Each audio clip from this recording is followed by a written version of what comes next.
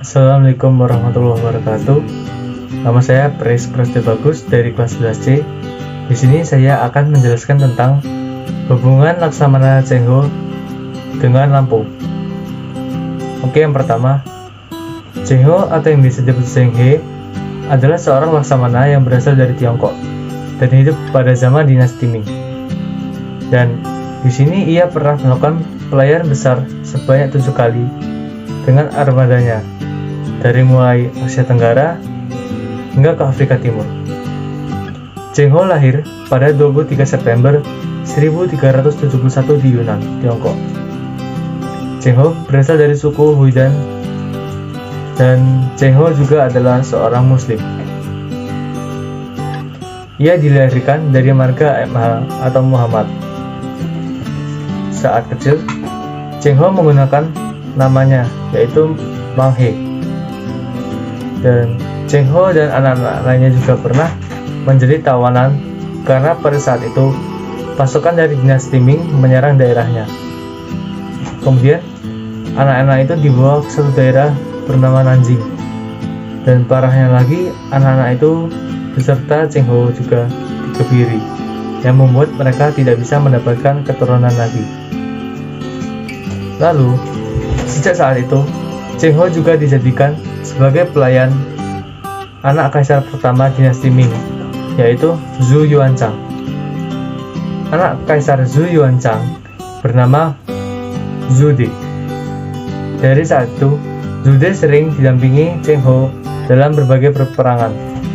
Cheng Ho juga menunjukkan hal yang baik pada saat ia perang.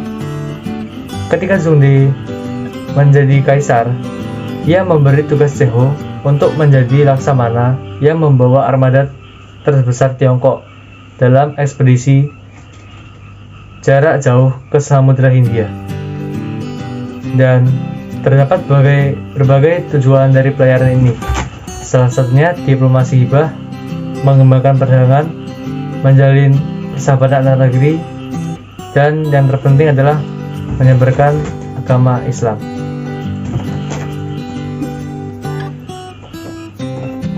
Dan dalam pelayarannya, Cheng Ho melakukan manajemen strategi Nabi Muhammad SAW, manajemen Tao Zugong, dan manajemen lainnya. Dalam 7 kali pelayarannya, armadanya telah mengunjungi 30 negeri atau kerajaan yang terbentang dari Asia Tenggara, Samudra Hindia, Laut Merah, Afrika Timur, dan lain-lain. Berbeda dengan ekspedisi bangsa Eropa yang selalu diiringi dengan keinginan imperialisme dan kolonialisme sebuah negara, pelayaran Cheng Ho bertujuan untuk mencari rempah-rempah dan menjalin hubungan antar sesama negeri. Kapal Cakapal Cheng Ho merupakan kapal terbesar yang pernah dibuat dan tercatat dalam sejarah maritim. Dalam pelayarannya, Cheng Ho menggunakan lebih dari 60 buah kapal harta yang disebut bau cuan.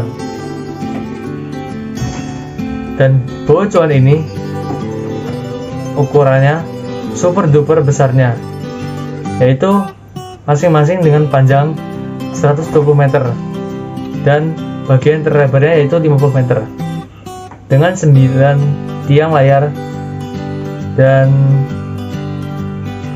geladak utama seluas 4.600 meter persegi dan bobot sekurang-kurangnya yaitu 2.700 metrik ton.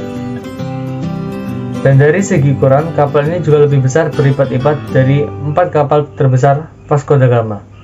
Dalam pelayarannya ke Nusantara, Cheng Ho membawa dari Tiongkok barang-barang seperti sutra, keramik porselen, kertas, teh, obat-obatan, dan lain sebagainya.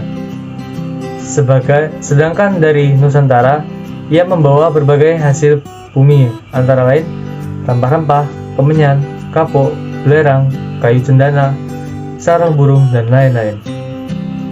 Dalam ekspedisi juga, Cheng Ho membawa pasukan bersenjata. Lain halnya dengan bangsa Eropa yang ingin menjajah bangsa lain, pasukan Cheng Ho ini hanya bertugas untuk melindungi dan menjamin keamanan Cheng Ho dan orang-orang penting lainnya yang ada di kapal. jika terjadi suatu hal yang tidak diinginkan. Cheng Ho juga pernah memerintahkan militernya untuk menyingkirkan gerombolan bajak laut Canton Chen Zuji yang terkenal di perairan sekitar Palembang dan Selat Malaka. Hampir setiap pelayarannya yang lewat daerah tersebut dihadang oleh gerombolan bajak laut ini. Tetapi kali ini bajak laut tersebut ditangkap dan ditawan dan kemudian dieksekusi di hadapan masyarakat Anjing oleh rombongan Cheng Ho. Dalam pelayarannya, Cheng Ho menyinggahi pelabuhan-pelabuhan di Nusantara, antara lain Palembang, Samudra Pasai, Lamiri, Lampung. Dan di Pulau Sumatera, rombongan Cheng Ho dari Tiongkok juga pernah berniaga dari Palembang dan menyusuri Wai Tulang Bawang sekitar abad 15 Masehi. Perjalanannya Laksamana Cheng Ho memasuki Wai Tulang Bawang dan berinteraksi dengan warga sekitar. Selain itu juga ada pintu masuk lain, yakni Labuhan Maringgai. Terbukti ada beberapa daerah yang dinamai Lawang Kuri di Gedung Wani dari Sultan Banten.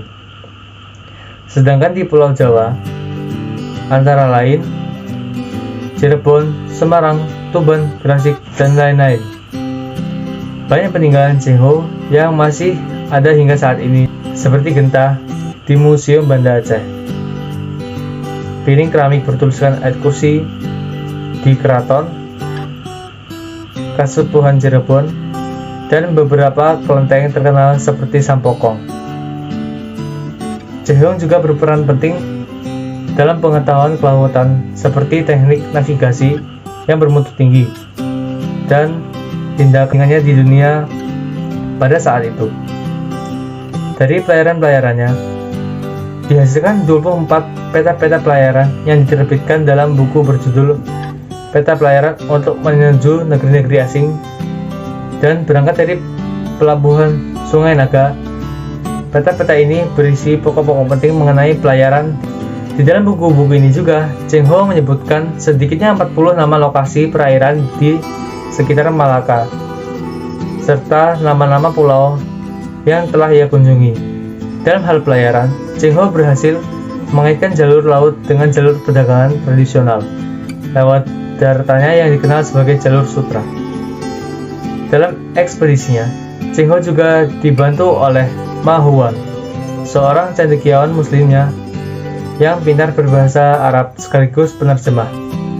Dari pelayaran itu, Ma Huan menulis tentang ritual pemakaman, pernikahan, bahasa, dan lain sebagainya. Di samping itu juga Cheng Ho memperkenalkan beberapa pengetahuan seperti teknik pertanian, kalender, beragam bentuk kesenian, dan lain-lain sebagainya kepada masyarakat Nusantara. Oke, sekian informasi yang dapat saya sampaikan. Kurang lebihnya saya mohon maaf. Terima kasih. Wassalamualaikum warahmatullahi wabarakatuh.